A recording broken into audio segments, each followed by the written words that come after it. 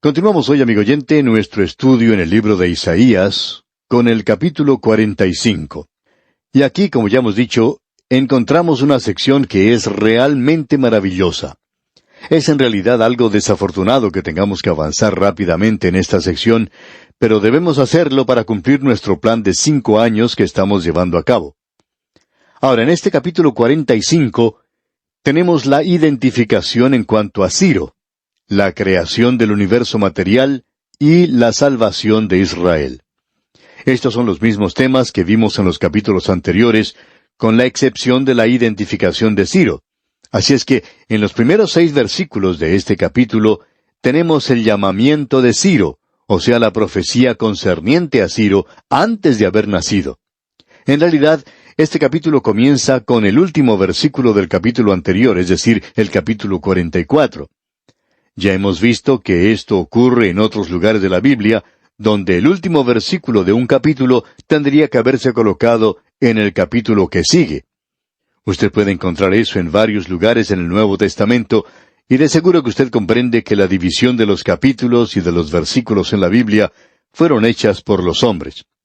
Se cuenta que cierto monje de la Edad Media marcaba las divisiones de capítulos viajando en un burrito por algunos caminos de los Alpes. Cada vez que el burrito se detenía, él se inclinaba hacia adelante y hacía una marca con su pluma. Y esa marca era la que identificaba el final del capítulo. Por supuesto que eso es nada más que una fábula, pero parecería en realidad que fuera así en algunas de las divisiones que tenemos por la forma en que ese capítulo fue dividido. Hay veces que nos damos a pensar que fue el burrito quien hizo las divisiones de los capítulos, porque ciertamente algunos de ellos han sido divididos donde no correspondían. Y esto es lo que tenemos ante nosotros aquí, ya que el versículo 28 del capítulo 44 nos dice, que dice de Ciro, es mi pastor, y cumplirá todo lo que yo quiero, al decir a Jerusalén, serás edificada, y al templo serás fundado. Ese hombre fue señalado 2 siglos antes de haber nacido. Ahora alguien dirá, bueno, ¿por qué sería señalado este hombre por nombre? Bueno, creemos que lo fue por 2 razones. Primordialmente, lo fue por identificación, para que cuando él apareciera, no hubiera ningún motivo para no poder identificar de quién se trataba. Y luego, este hombre fue quien decretó que la nación de Israel regresara a su tierra, y eso es de suma importancia. Y también tenemos otra razón más. La presentamos en último lugar porque, bueno, en realidad no estamos seguros si debería haber sido la primera. Isaías va a identificar a uno nacido de una virgen, y este era único, y será llamado Emmanuel, Dios con nosotros. Ahora, si en 200 años Isaías va a estar acertado en cuanto a Ciro, entonces, cuando nos movemos unos 700 años más tarde, es decir, de la época de Isaías, y él identifica que en ese período iba a nacer el Mesías, entonces la gente no iba a estar demasiado sorprendida. Por lo menos deberían haber estado preparados para ello, porque Isaías estaba acostumbrado a hacer esa clase de cosas. Así es que podemos notar que existen razones muy buenas por las cuales ese hombre es señalado aquí por nombre. Y Dios le llama aquí a él mi pastor, y dice que él cumplirá todo lo que yo quiero. También indica que él iba a reedificar a Jerusalén. Dios utilizó a los asirios para tomar el reino del norte y llevarlo en cautividad. Él utilizó a Babilonia para destruir a Jerusalén y tomar el reino del sur y llevarlos también a la cautividad, pero esta gente era gente mala. Y Dios los juzgó a ellos por eso. Pero este hombre Ciro es diferente. Él es mi pastor, dice, y él llevará a cabo lo que yo quiero. Creemos que habrá 2 cosas que nos sorprenderán cuando lleguemos al cielo algún día. La primera cosa que nos sorprenderá es que habrá allí gente que nosotros pensábamos que nunca llegaría allí. Y creemos que uno de los que estará allí será Ciro. Ahora, la segunda cosa que nos sorprenderá cuando lleguemos allí al cielo es que allí no estarán algunas personas que nosotros pensamos deberían estar. Sin embargo, no estarán. Creemos que esas serán las 2 sorpresas mayores que recibiremos cuando lleguemos al cielo. Pero confiamos en que usted y yo, amigo oyente, estaremos allí. Y llegaremos allí si hemos cumplido con una condición, y esta es que aceptemos a Cristo como nuestro Salvador personal. Ahora él llama aquí a este hombre mi pastor. Cumplirá todo lo que yo quiero, dice. Esto se puede traducir como hará lo que me plazca. No mi voluntad, sino lo que me plazca. Y esto es algo diferente. Después de todo, Nabucodonosor hizo la voluntad de Dios. Él destruyó a Jerusalén. Y creemos que con el pasar del tiempo, Nabucodonosor llegó al conocimiento del Dios vivo y verdadero bajo el ministerio de Daniel, y eso tuvo lugar durante un período de años. Bien, veamos lo que dice ahora el versículo 1 de este capítulo 45. Así dice Jehová a su ungido, a Ciro, al cual tomé yo por su mano derecha, para sujetar naciones delante de él, y desatar lomos de reyes, para abrir delante de él puertas, y las puertas no se cerrarán. Esta es una profecía muy destacada la que tenemos ante nosotros. Ciro no apareció en las páginas de la historia, sino hasta 200 años después de Isaías. Él vino procedente del este, de Persia, y allí se ha descubierto hoy un monumento. En realidad, lo que se descubrió fue una lápida que identifica una tumba, y uno no puede leer eso sin reconocer que allí tenemos a un hombre humilde que había confiado en Dios. La mayoría de los gobernantes de esa época eran personas a las que les gustaba hacer alarde de lo que habían realizado. La mayoría de ellos eran mentirosos. Había que tomar las cosas que ellos decían con sumo cuidado porque eran muy mentirosos. A ellos les gustaba contar cuán grandes y poderosos eran. Era lo que hoy consideramos los políticos modernos. Así es que no se podía confiar demasiado en ellos. Sin embargo, este hombre Ciro no hace cosas así. Sí, él había conquistado el mundo, pero él no se jacta de eso.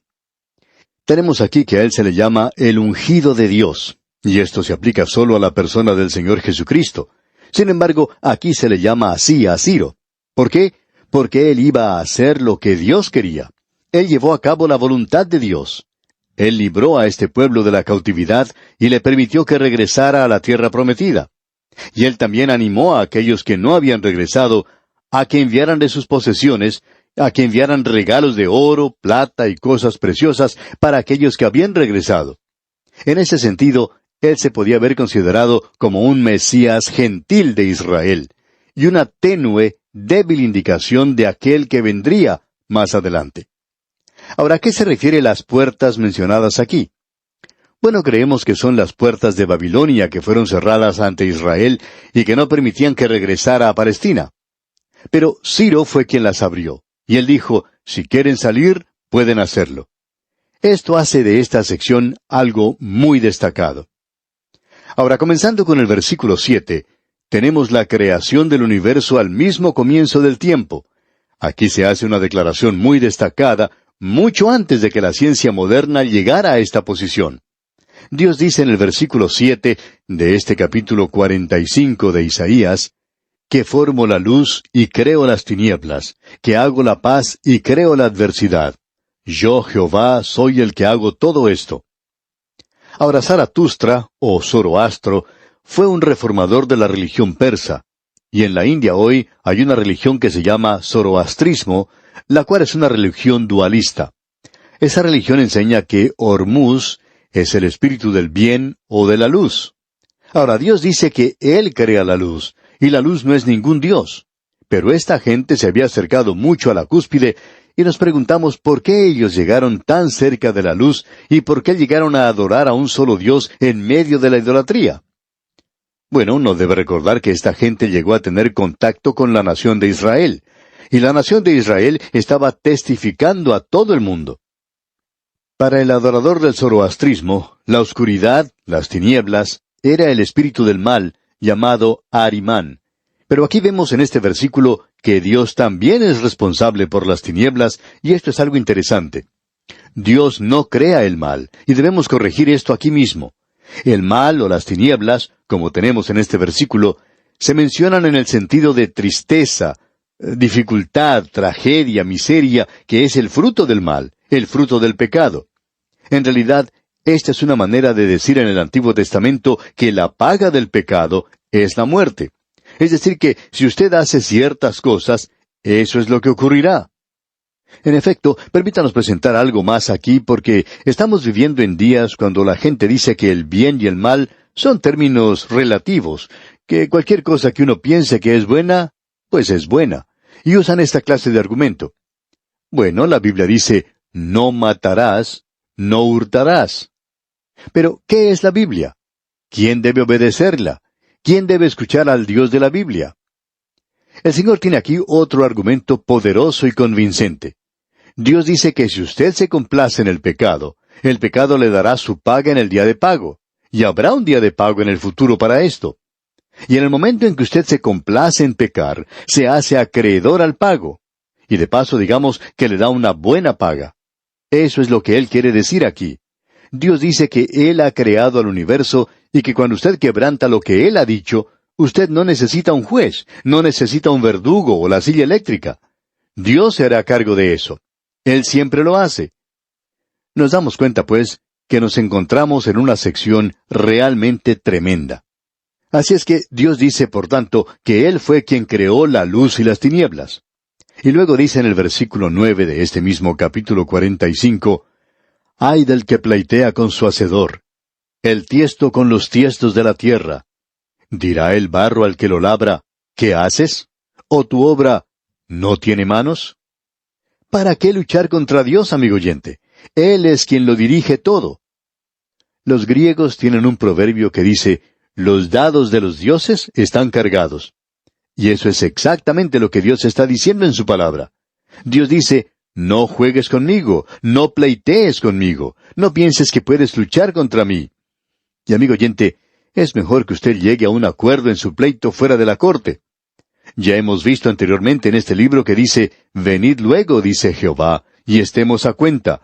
Si vuestros pecados fueren como la grana, como la nieve serán emblanquecidos. Si fueren rojos como el carmesí, vendrán a ser como blanca lana».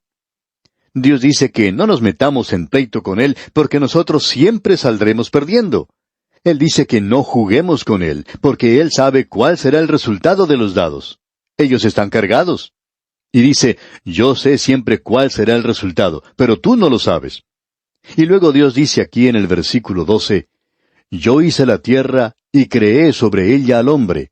Yo, mis manos, extendieron los cielos y a todo su ejército mandé». Debemos destacar aquí algo que es de suma importancia. Dios dice, «Mis manos extendieron los cielos». Eso no es ninguna cosa accidental. Sir James Jean, un astrónomo creyente de Gran Bretaña, presentó una teoría que se sigue por la mayoría de los astrónomos del presente, y algunos de los científicos que trabajan en esta área de la astronomía toman la posición de lo que dijo Sir James Jean en uno de sus libros, que el universo se expande y se hace cada vez más grande. Los planetas y los mundos y los sistemas galácticos todos se están separando unos de los otros. Dios dice, «Mis manos extendieron los cielos». Así es como Él lo hizo. No nos ha dicho exactamente cómo fue que lo hizo, y cómo Él puede tomar nada y hacer algo de eso. No lo sé. Pero no interesa cuál es la teoría que usted ha adoptado, amigo oyente. Puede que sea la de la evolución, y aun con eso usted tiene que regresar a cierto lugar donde no hay nada. Y luego existe algo. Y usted me puede explicar a mí cómo es que de la nada sale algo. Y entonces yo le escucharé. Pero hasta cuando usted pueda hacer eso, amigo oyente, usted puede seguir hablando y hablando todo lo que quiera acerca de los monos, mientras yo me quedo aquí sentado y sonriendo porque, en realidad, soy un escéptico, no lo puedo creer. Solo Dios, amigo oyente, tiene una respuesta razonable. Dios dice, «Yo lo he hecho, yo lo he creado». Y por medio de su palabra, Él le dio existencia a este universo. Y llegamos ahora a la tercera división de este capítulo 45. Trata de la continuación de Israel por todo el tiempo y la eternidad. Dios no permite que usted se olvide de este tema, y Él dice aquí en el versículo 17 de este capítulo 45 de Isaías, «Israel será salvo en Jehová con salvación eterna. No os avergonzaréis ni os afrentaréis por todos los siglos». Dios dice, «Sí, voy a juzgar. Vosotros vais a Babilonia. Vosotros seréis juzgados. Pero también vais a regresar a la tierra, y eso no va a ser el fin de todo, porque aún existe la rebelión en vuestro corazón. pero Dios dice finalmente, yo los voy a salvar. Y ahora Él les envía una invitación, y esta es una invitación para todos. Leamos el versículo 22. Mirad a mí y sed salvos, todos los términos de la tierra, porque yo soy Dios, y no hay más. Este fue el versículo que tuvo mucho que ver con la conversión de ese gran predicador que fue Charles Spurgeon. En cierta mañana él tuvo que ir a una iglesia a causa de una gran tormenta de nieve que estaba castigando a la ciudad de Londres. Él no pudo llegar a la iglesia a la cual quería asistir, de modo que decidió entrar en una iglesia pequeña, a la cual ni siquiera había llegado el predicador. Cierto hombre se levantó, y aun cuando Spurgeon no sabía qué clase de oficio tenía ese hombre, él sí sabía que era una persona bastante ignorante. Y este hombre tomó este versículo como texto esa mañana. Y aun cuando le faltaban los relámpagos, tenía bastante de trueno. Se levantó, pues, y dijo este versículo, mirad a mí, y sed salvos, todos los términos de la tierra. Y comenzó a hablar acerca de este texto. Ahora Dios dice que usted debe mirar a Él y ser salvo. Y después de decir eso, bueno, se le acabó la imaginación. Él había dicho todo lo que podía decir, así es que comenzó con sus truenos y comenzó a gritar y a golpear el púlpito y dijo, miren a Dios todos los términos de la tierra y sed salvos. Miró hacia la parte de atrás del auditorio y allí vio a este joven, Spurgeon, que estaba sentado sintiéndose realmente miserable, y le dijo, joven, usted parece sentirse muy miserable. Mire al Señor Jesús y será salvo. Ahora, de paso, debemos decir que Spurgeon era un joven muy brillante, muy inteligente, y Spurgeon dice, yo miré a Jesús y fui salvo. Un versículo maravilloso, por cierto, y tiene mucho poder aún en el día de hoy. Bien, llegamos ahora al capítulo 46 de Isaías. Tenemos aquí la derrota de los ídolos de Babilonia, y la declaración a Israel de la salvación y la denuncia del panteísmo, es decir, la adoración de toda clase de ídolos. En primer lugar, tenemos el juicio de los ídolos de Babilonia. Leamos el primer versículo de este capítulo 46. Se postró Bel, se abatió Nebo. Sus imágenes fueron puestas sobre bestias, sobre animales de carga. Esas cosas que vosotros solíais llevar son alzadas cual carga sobre las bestias cansadas. Bel y Nebo eran los dioses de Babilonia. Bel es una abreviación del nombre Baal, de donde tenemos la palabra Baal-Zebú, y eso significa Satanás. Nebo quiere decir orador o profeta. Cuando Pablo y Bernabé fueron a Galacia, la gente de ese lugar pensaba que Bernabé era Bel, o Júpiter, y Pablo, Nebo, o Mercurio, porque ese era el que hablaba más. Y a nosotros se nos advierte hoy que nuestra lucha es una lucha espiritual. En realidad, detrás de los ídolos de aquel día, existía la terrible situación de la adoración de Satanás. Esto es algo que ha llegado a ser muy popular en nuestros días, lamentablemente. Ahora tenemos comenzando aquí con el versículo 3, la promesa de salvación de parte de Jehová, y él está hablando de idolatría. Leamos el versículo 3. Oídme, oh casa de Jacob, y todo el resto de la casa de Israel, los que sois traídos por mí desde el vientre, los que sois llevados desde la matriz. Dios está diciendo aquí a Israel que Él ha estado llevando a esa nación de la misma forma en que una mujer lleva a su criatura en su vientre. Y en el versículo 4 continúa, y hasta la vejez yo mismo, y hasta las canas os soportaré yo. Yo hice, yo llevaré, yo soportaré y guardaré. Aquí tenemos la diferencia entre los asuntos falsos y los verdaderos. Y nos gustaría hacer una pregunta, amigo oyente. ¿Le está llevando la religión a usted? ¿O usted está llevando a su religión? Eso es importante. Dios dice, yo llevo vuestros pecados. Él llevó nuestras enfermedades y sufrió nuestros dolores. Y Él también lleva nuestras cargas, nuestras preocupaciones, como nos dice el apóstol Pedro en su primera epístola capítulo 5 versículo 7. Echando toda vuestra ansiedad sobre Él, porque Él tiene cuidado de vosotros. Y luego, Dios nos lleva hoy. El eterno Dios es tu refugio, y acá abajo los brazos eternos. Él echó de delante de ti al enemigo, y dijo, destruye. Dios dice, yo llevaré, yo soportaré. Y eso se lo dice a usted, amigo oyente, y me lo dice a mí también. Notemos ahora lo que dice en cuanto a la idolatría aquí en el versículo 5 de este capítulo 46 de Isaías. ¿A quién me asemejáis y me igualáis y me comparáis para que seamos semejantes? Amigo oyente, una de las cosas que el Señor Jesucristo hizo fue no sólo la de redimir a los hombres, sino que Él reveló a Dios cuando vino a esta tierra. Esa es la única forma por la cual nosotros podemos conocer a Dios. Ahora aquí se nos dice cómo hace la gente cuando quiere tener un ídolo. Aquí tenemos una sátira en cuanto a la idolatría. Leamos el versículo 6. Sacan oro de la bolsa y pesan plata con balanzas, alquilan un platero para hacer un dios de ello, se postran y adoran. Ahora hacen construir una imagen de metal que es mucho mejor que la de madera y es mucho más hermosa y de más valor. Y el dinero del hombre rico se gasta en hacer un ídolo. Es decir que si usted, amigo oyente, no tiene mucho dinero, tiene un dios barato. Pero si usted es rico, entonces tiene un dios rico. En realidad, todo se resume al hecho de que el hombre está adorando a su propia mano de obra. Están adorándose a sí mismos. Es una forma de humanismo. Y ahora tenemos la verdadera prueba aquí en el versículo 7, donde dice, se lo echan sobre los hombros, lo llevan y lo colocan en su lugar. Allí se está y no se mueve de su sitio. Le gritan y tampoco responde, ni libra de la tribulación. Escuche lo que Dios les dice a ellos aquí en el versículo 9 ahora. Acordaos de las cosas pasadas desde los tiempos antiguos, porque yo soy Dios, y no hay otro Dios, y nada hay semejante a mí.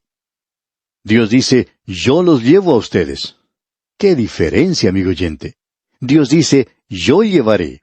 Finalizamos en este punto hoy porque hay mucho de idolatría moderna en la actualidad. Tenemos que enfrentar esto. ¿Saca algo usted cuando va a la iglesia? ¿Recibe algo cuando escucha este programa radial?